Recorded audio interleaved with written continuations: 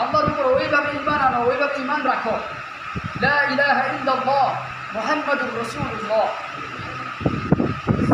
আরবের বুকে মুহাম্মদ সাল্লাল্লাহু আলাইহি ওয়াসাল্লাম মানুষের মাঝে কী ছিলেন? আলামিন ছিলেন, আলামিন। তিনাকে বিশ্বাস করতেন।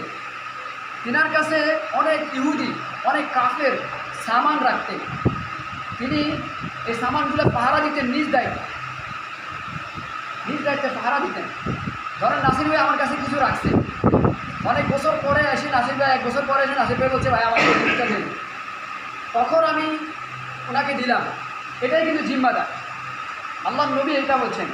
যখন তিনি উঠে মিম্বারে এভাবে উঠে দাঁড়াইছেন বা এক জায়গায় পাথরের মাঝে তিনি দাঁড়াইছেন, তিনি বলছেন, হে মানব সকল, ইয়া আইয়ুহান নাস, হে মানব সকল, তোমরা বলো যে তোমরা কি আমাকে বিশ্বাস করো? সবাই বলছে বাবা আপনাকে বিশ্বাস করি, আলামিন হিসাবে আপনি পরিচিত, আমরা আপনাকে মানি। কিন্তু তখন তিনি বলছেন লা ইলাহা ইল্লাল্লাহ মুহাম্মাদুর রাসূলুল্লাহ সাল্লাল্লাহু আলাইহি ওয়াসাল্লাম। এই কথা বলছেন। আরবের বুকের মানুষগুলো এক সাইডে পৃথক হয়ে গেছে, আরেক মানুষগুলো এক সাইডে পৃথক হয়ে গেছে। যারা আল্লাহর নবীর, যারা লা ইলাহা ইল্লাল্লাহ স্বীকৃত করছে, তারাই সফল। আর যারা বিদ্রোহ করছে তারাই জাহান্নামে গেছে।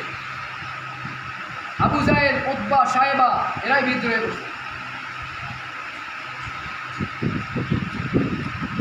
আজও কেন আল্লাহ এই কথা বারবার বলছে? মুসা ফেরাউন, জানেন? যেন স্বৈরাচারীরা, যারা স্বৈরাচার দুনিয়াতে, তারা যেন তাকিদ করে। সূরা বানু ইসরাঈল আছে, বানু ইসরাঈল, হারুন আলাইহিস সালাম বলছেন, মুসা আলাইহিস সালাম যখন তুর পাহাড়ে আল্লাহর কাছে গেছেন তাওরাত আনার জন্য 40 দিন, আল্লাহ পাক বলছেন তুমি উপত্যকায় সফর করো।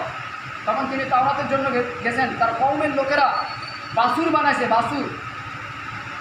এটা আপনি সূরা বানু ইসরাঈলে, মেবি আমার একটু ভুল হতে পারে, বানু ইসরাঈলে সম্ভবত আছে এই আয়াতটা, যে আপনি এটা বানু ইসরাঈলে গেলে পাবেন। তিনি এভাবে বলছেন যে হে ভাই তুমি আমার দাড়ি ধরো না। হারুন আলাইহিস সালামের দাড়ির কথা কোরআনে উল্লেখ আছে।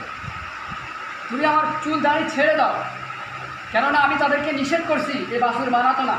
তারা স্বর্ণ গয়না দিয়ে বাসুর বানাইছেন, লম্বা ইতিহাস এটা। তখন তিনি বলছেন যে এমন একটি কথা যে আমি তাদেরকে নিষেধ করছি, নিষেধ করার সত্ত্বেও তারা এই কাজ করছে। তারপর মুসা আলাইহিস সালামকে বলে দেওয়া হলো, মুসা আলাইহিস সালাম এক পথ দিয়ে যাচ্ছিল, তিনি তার বিবি বাচ্চাকে বললেন তোমরা এখানে অপেক্ষা করো,